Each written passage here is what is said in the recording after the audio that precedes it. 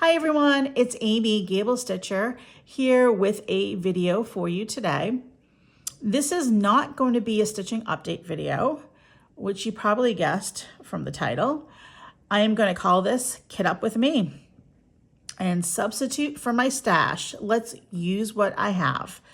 My last update video, I asked if anybody would be interested in seeing how I go about substituting floss and using my collection of overdyes in a chart versus going out and buying what is the called for. And quite a few people were interested in seeing that. So let's kit up a project together. The project that we're gonna kit up today is called Live on Little by Plum Street Samplers. And despite the name, and despite the fact it is a smaller chart, in size, dimensions, this is not a small design. And it calls for a lot of floss. So a great opportunity to play with some colors with me. This design was released in 2021 as a class piece. And I had seen it being stitched by floss tubers at that time. Lisa Kindred Stitcher was one of them. And when I saw this project, it was one of those that went on my, yes, I must stitch this when this project is released to all the shops. Because to me, this piece sings of New England. And as a New England girl, I love New England. And I love the ocean. And I really wanted to stitch this piece. Quite a few of my New England stitching friends, the Frugal Yankees, we are all going to stitch this together. Most of them are going to a retreat next week, and they will be starting it there. I will not, but I will still be starting this. So let's kit it up so I can start it, because I've been wanting to start it this week, but I told myself I couldn't do that until I filmed this video. So the first thing I do when I'm kitting up a chart is I look to see how big the chart is and what the flosses call for. And what is the called for? So I'm flipping it over in the back, and Plum Street Samplers, Paulette Stewart is the designer, is always super clear. She'll tell you what the model is stitched on for the fabric. She will tell you the stitch count, and she will give you the floss if you need more than one skein. And if she is calling for a fancy floss, she gives you what the DMC substitute is. And I'll also give you some resources just in case the chart does not give you those DMC substitutes, because not every chart does. So I'll link some resources in the drop-down box below. So this design is 307 by 207. So it is a large design, and it has a lot of solid stitching. The model was stitched on a 36 count hog's bristle, which is a fox and rabbit fabric, and it was using one strand over 2 linen threads. 36 count linen is the equivalent of an 18 count Aida. My favorite count is 40 count linen, which translates into a 20 count Aida. And I actually almost used Aida on this project. I almost used 20 count vintage country mocha on this project because there was so much solid stitching, and vintage country mocha is one of my favorite fabrics. Came very close to using it, and then I was looking through my fabric collection. Don't want to call it a stash, just call it a collection, and I found this fabric here. This is a Seraphim Fabrics. So this is Lori from Seraphim, her tags. And this fabric is called Sand Dunes.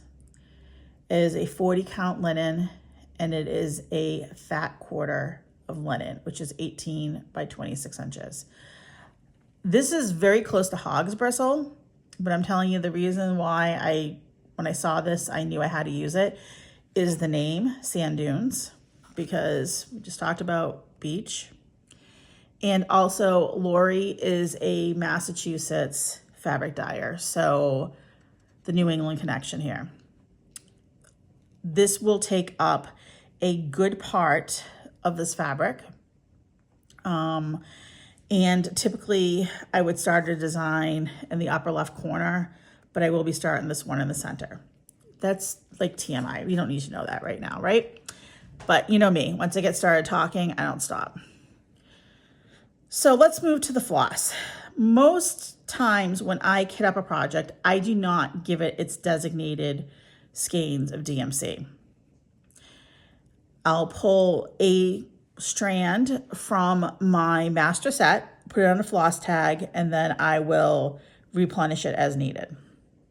This is an exception, and the reason being is because it's a very large design, has a lot of solid stitching, and when I look at the floss list, I am noticing that there are 4 skeins of floss that call, 4 colors of floss that call for multiple skeins. So I decided to give this project its own set of DMC. Keep in mind, these call for 2 skeins if you're using 1 strand of floss over 36 count.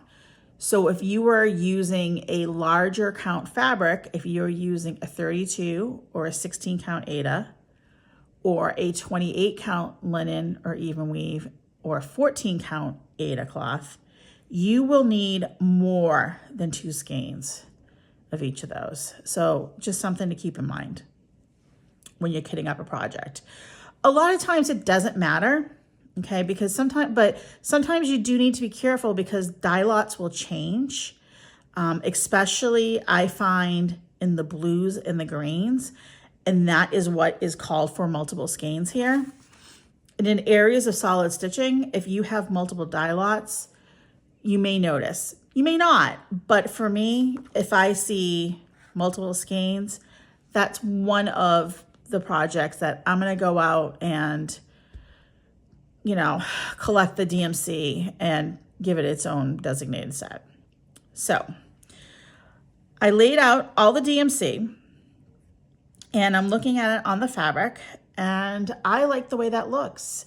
I can see it. I don't think anything is going to get lost in the fabric. So starting with that, I'm happy with the DMC. One thing I always tell people, don't think about it too much, is you're not stitching with 6 strands of DMC. You're stitching with 1 or 2. So if there's ever a color that you think is close, this is 40 count linen. I'm going to be stitching with 1. Pull out the 1 strand. Let's see if there's anything close here. And look at the 1 strand on the fabric, okay? Because the saturation of the color is very different with 1 or 2 strands than it is with the whole skein. So I do that a lot.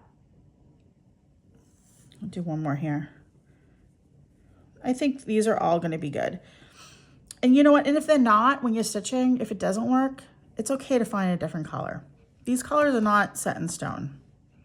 But I think these are all going to work. And even when I'm looking at my single strands, I don't know how they're coming across on camera, but in person, I can definitely still see them all. All right, so now my type 8 personality is like, make these look very pretty again. So I will put those on my floss tags later and I'll show that in my next update video. So the next thing I do is I go through and I say, thank you, Paulette, because Paulette gives the DMC equivalents or, you know, what is closest to those numbers. But before I even get to DMC is I am going to pull what fancy floss I have and see if I have any of the colors by any chance. So this calls for Weeks Dye Works and Classic Colorworks. I put all of my fancy floss on rings. This is all of my Weeks fancy floss. And some of it is, you know, newer skeins that I may have had and stuff that was kitted up that I pulled out of kitted. Some of it's leftovers from other projects I've finished, but all my weeks is in alphabetical order on this ring.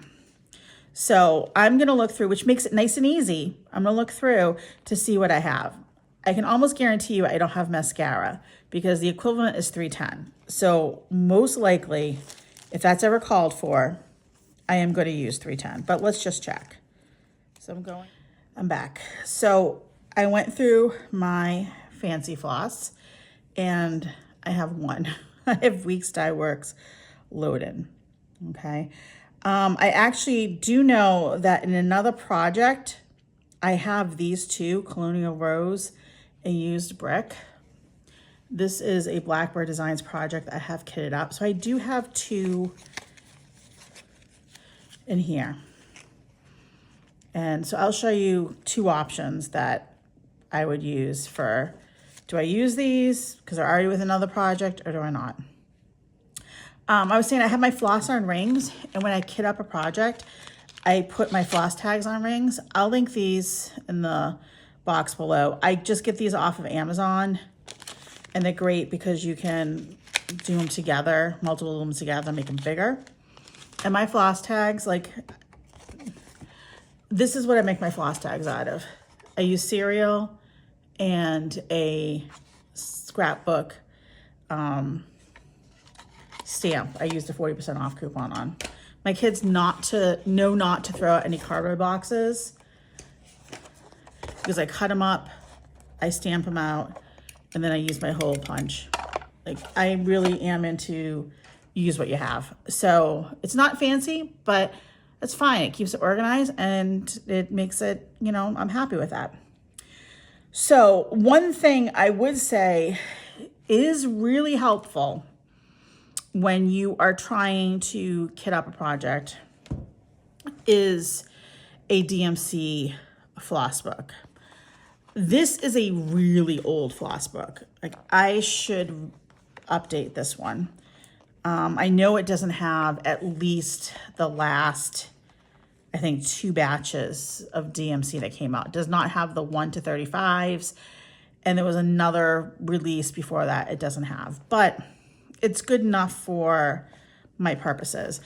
If you are going to get the DMC book, I highly recommend getting the book that has the actual floss on it versus just paint chips. It really makes a difference in seeing the colors and using what you have, whether it be an overdyed floss or you can see how these are on here. You can pick the next closest DMC. You know, if I don't have a project calls for 341 and I don't have 341, I now can look at this and say, well, if I have 156, that's pretty close. So I'll substitute that in. It's a fantastic resource that I highly recommend getting. So I'd pause this because, like I said, these aren't numerical order. So sometimes it takes a little while to find the color you're looking for, and no one needed to see that. So I'm looking up some of the colors of the DMC for the fancy floss I have. So you can see if it's close or not. Sometimes they're close, sometimes they're not. But just to give you an idea, because you do need to look at the chart and decide which way you're going when you're picking your own overdyes. So load-in, which I have, is the equivalent is given as DMC 732. This is DMC 732. And let's lay it out. And yeah, that's close, right? If you look at the overdyed, you notice that there is definitely some,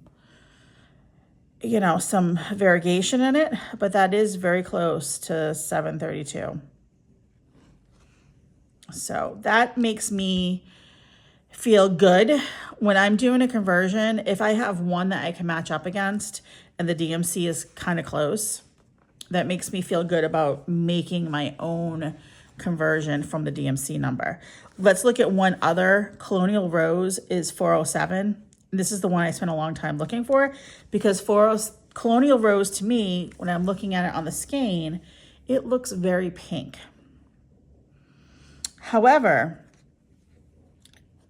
Here's 407. It's in with the browns. for DMC. And you're thinking brown with a name like Colonial Rose.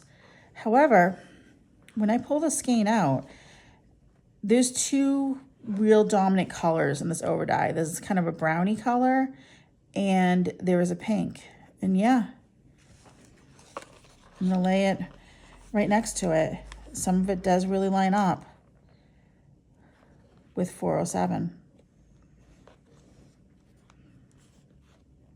That part there. So that's why I like the DMC card.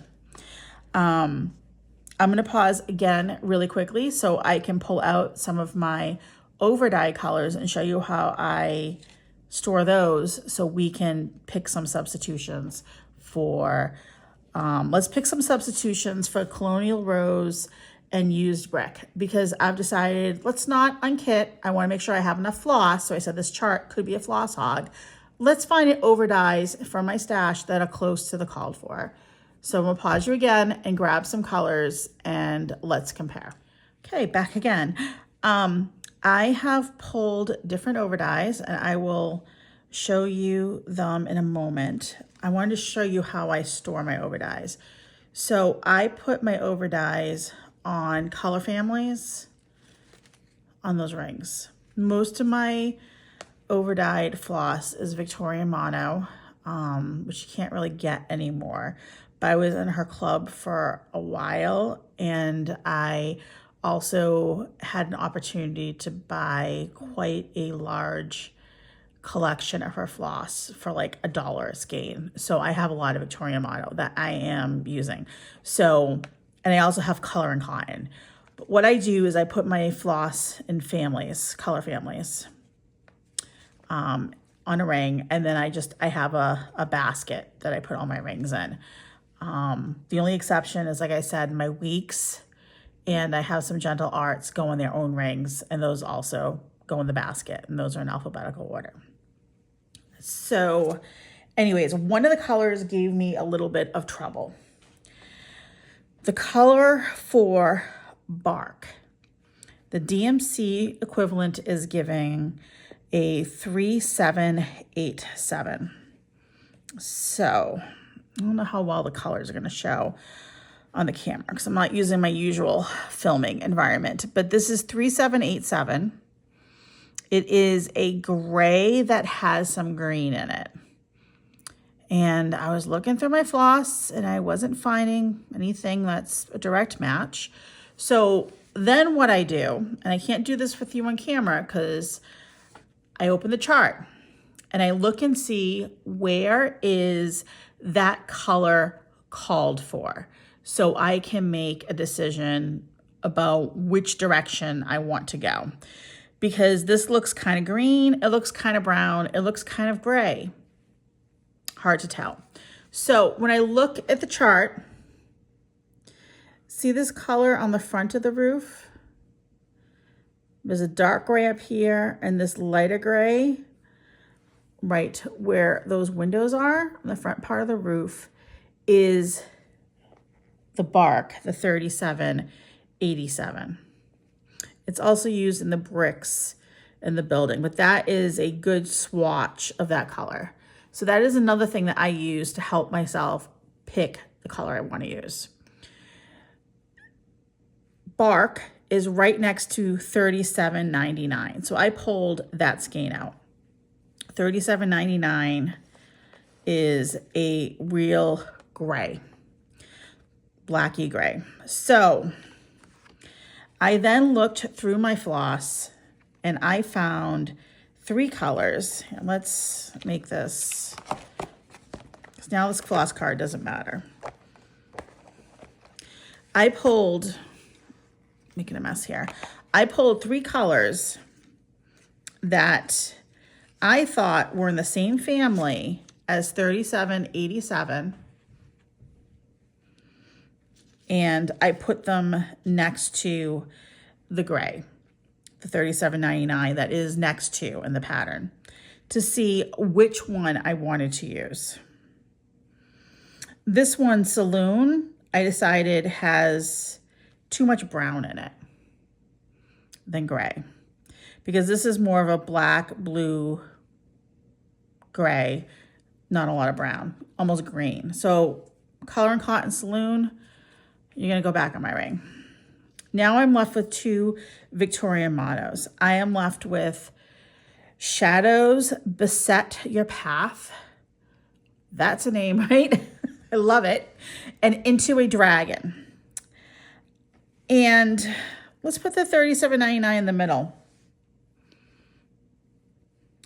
The Into a Dragon complements it very well. However, it in real life looks pretty close. The Shadow Beset Your Path has some more variegation in it, and it has a green variegation in it. So I'm leaning towards Shadow Beset Your Path, because when I looked at it on the floss card, it had some, let me see if I can open it up here. It had what I felt had some green undertones to it. Now I don't remember what number I said it was. It was kind of a green gray undertones. So I'm not 100% on this, but what I am going to do is I'm going to put both of these in my floss ring. I'm leaning towards Shadows Beset Your Path, but instead of having to go through my whole floss ring again, I'm going to put Into a Dragon there too. So, and Saloon is gonna go back. So that is definitely something to do when you're looking at trying to pull your fancy flosses from your stash. Where are they used? And that will help you decide what color to go towards. So, Lily Pad, which was the equivalent of 3011, I am going to use Color and Cotton Hazel. And what I did was I wrote in my floss tag, Weeks Dye Works Lily Pad. And I'll probably also write it in my working copy of the chart right here so I know. And the Lily Pad is this grass that's underneath the house. And Lily Pad and Loden, which I do have and I will use,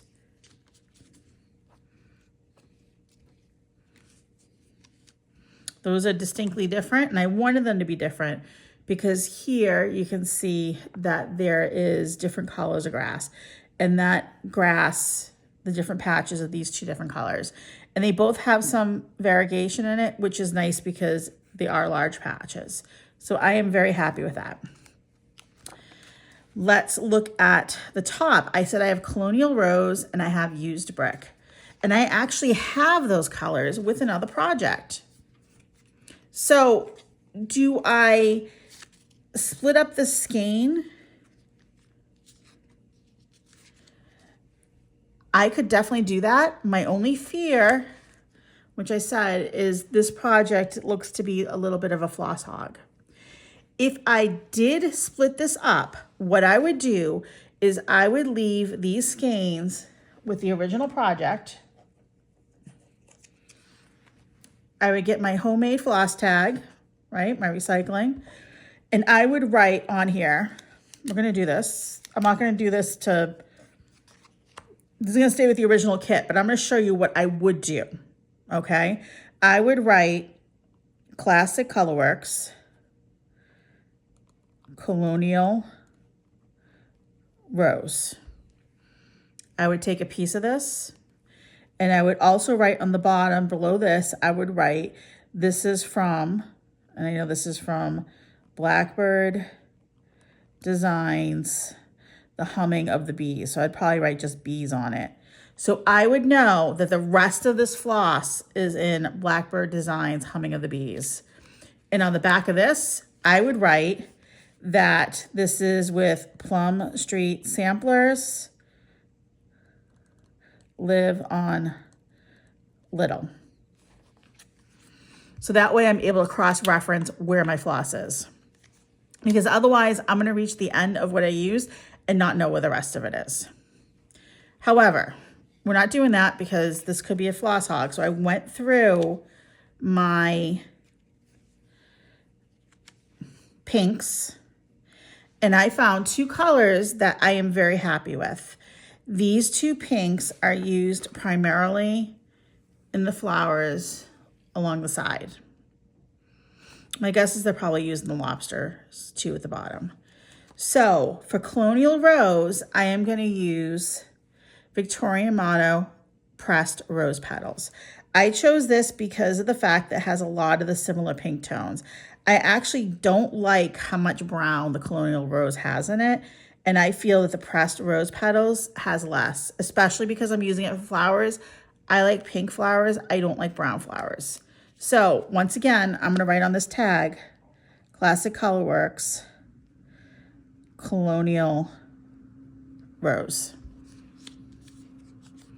And now this, as soon as this project is done, I'm done filming. It's gonna go right back to the other project so I don't lose it. For used brick, I am going with a Victorian Motto Essential Russet. Okay, same thing. It has a little bit more of the reds and pinks than it does the browns. So I'm gonna write on here, Classic Colorworks, used brick. Okay, and then the last color on here is Whiskey, was $6.80. I thought it was going to be a brown. It wasn't. It was more of a yellowy, little bit of a light browny color. And I looked in the chart to see where it was. And Whiskey is the sand that's under the grass. So I chose Color and Cotton Golden Ale, and I wrote on it, Weeks Dye Work Whiskey. And I now know from looking in the chart that this is also going to be next to the hazel, and I like the way that those colors look together. This looks like sand and grass to me. So let's lay those colors out. This is a big project. A lot of floss, a lot of fabric.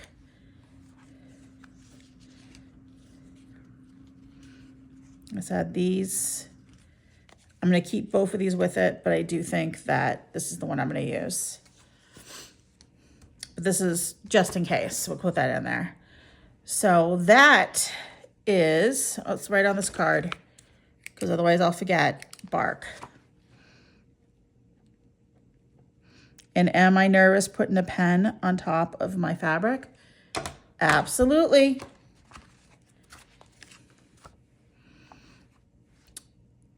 So there we go. I have, this calls for, I'm using 310, 1, 2, 3, 4, 5, 6 over dies. 1, 2, 3, 4, 5, 6. So live on little. That is my color palette, and that's how I go about it. Please let me know if you think this was helpful for you. And well, I hope it was helpful. Hope it did help somebody, or at least you saw maybe how my brain works, which could be a little bit of a scary thing. But I am looking forward to starting this project. Now I will get busy punching holes in my floss tags and putting the floss on them and getting ready to get started.